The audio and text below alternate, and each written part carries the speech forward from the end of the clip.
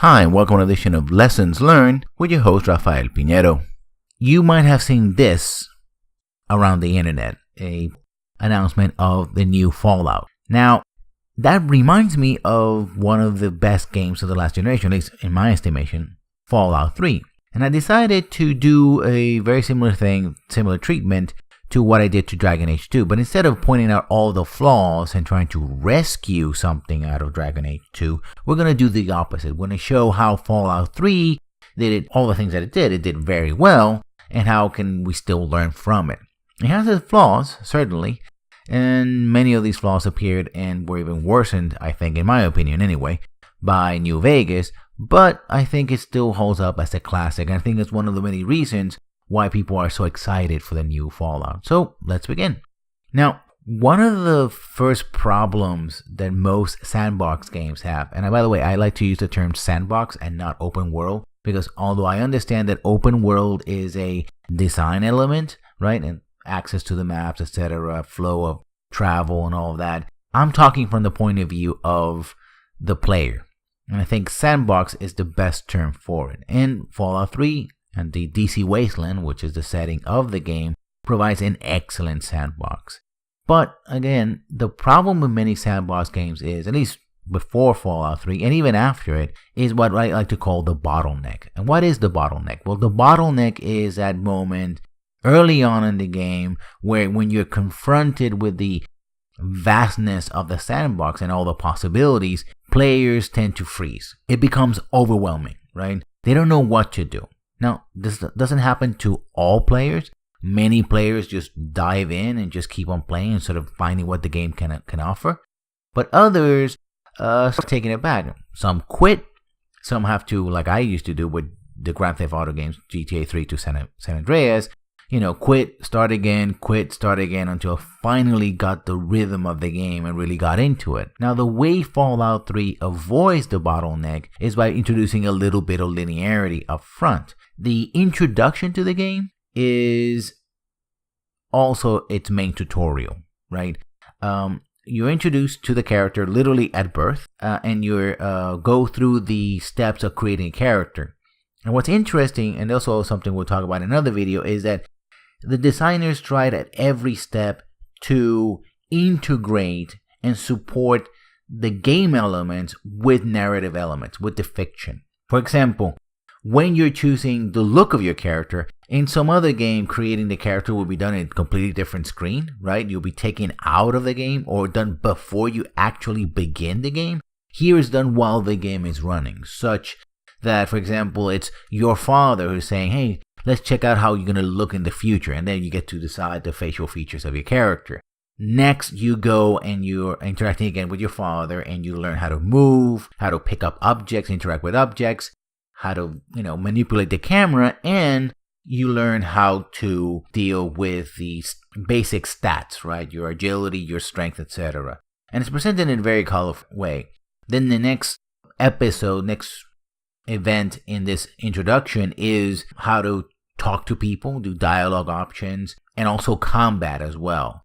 So some of the things that can happen when you talk to different people, how they react to different things you say.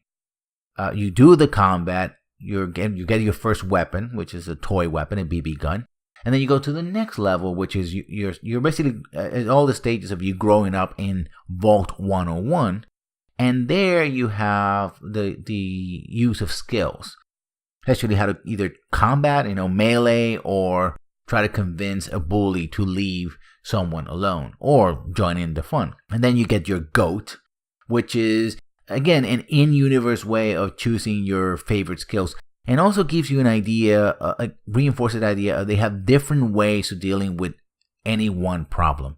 In the real game, it's not that simple. Usually your options are limited, but at least gives you that idea. And as you answer the test, the so GOAT, you start again shaping your characters. And finally, you have you really get into the mechanics of the game by having a sequence where you can hide, run, you can engage in melee combat, in range combat, talk to people, that sort of thing. And then finally, you get out into the world, into the real world of the Wasteland, right? Into the sandbox. And that's brilliant. the way they handle this. It's very linear, right? You're going from one moment to the next. It's a very fast-paced thing. But it does two things. First of all, it introduces most of the elements very well. And second, it does something that, again, a few sandbox games are now trying to do. Saints Row 4 does it very well in the beginning. Others, and especially in the past, are not being so good at it, is that it makes you invested in the character, right? You get to know the people around you. You get to know the environment that you're in. And since you are constantly building up your character, it helps to get you invested in it. So if you encounter problems later, you're like, well, I'm already invested in the character and in the action. I want to see it through. However, while Fallout 3 deals very well with the bottleneck, it delays it. It doesn't deny it, right? It doesn't avoid it completely. There is a bottleneck in the sense that when you get to the town of Megaton, which is your first hub town, if you haven't configured your character in the right way, you're going to find the first few quests that you need to carry on with the story almost impossible because you won't have the right skill set. The way the skills work in this game is that it's 0 to 100, and that serves as a percentage. The base skill is based on your stat plus any choices you made for training. So you may have a stat anywhere between 5 to 30 points, depending how you created your character. And then as you level up, you have X amount of points based on your intelligence plus any perk that they take. In fact, in order to unlock perks, we give you increased damage reduction, increased damage with certain weapons and other things. You have to have a combination of skill, number, and stat. If you don't have it, they're not available to you. The introduction doesn't explain that very well. It kind of gives you a couple of hints, but it doesn't really tell you, oh, by the way, in this next quest or mission, you're going to need 33% in repair. And also the skills themselves tend to be a bit generic. For example, science. Well, you're going to read about science or maybe talk to a character and figure out scientific stuff. Science is also about hacking computers. So if your science is not high enough, you can't hack computers, and a lot of things that require hacking, you won't be able to do. If you don't have lockpick, you won't be able to open a lot of doors and get a lot of the treasure that you need, ammunition and caps and stuff like that. If you don't have enough repair skill, not only won't you be able to keep your weapons and armor working because they break down over time, so you take damage and you use them, but also won't be able to deal with a lot of the mechanical traps that can severely hurt your character or even kill it outright, especially in the lower levels. Explosives, you think, well, it's all about, throwing grenades or firing missiles. Instead, it also includes disabling mines and other explosive traps. So traps, they're mechanical traps, and then you have explosive traps. So, it can be pretty tricky, and the game doesn't do a very good job of it. You can, because it's a sandbox, basically skip most of this content and just take your chances, or grind the environment, killing base monsters so you finally get the point you need, so then you can get the caps, so that you can then continue the mission, the main story mission. So it's not hopeless, but again, it comes to a point that if you don't know what you're doing, you're confronted with the possibility that either there's nothing to do or there's too much to do. And by the way, this continues to be a problem. For example, Dragon Age Inquisition, which embraced the sandbox model, had the hinterlands. And the problem with the hinterlands was that while a lot of players got into the game and were playing the game and knew how to play the game, which there was so much to do in the hinterlands that people just kept grinding the hinterlands, which is the first starting zone, and never left it. And so they were caught in their own bottleneck as well. So this is still an issue in sandbox games. Not a huge issue. A lot of companies are addressing it. But in many ways, when the best way to address the bottleneck and plow through it and break it is to embrace a little bit of linearity up front.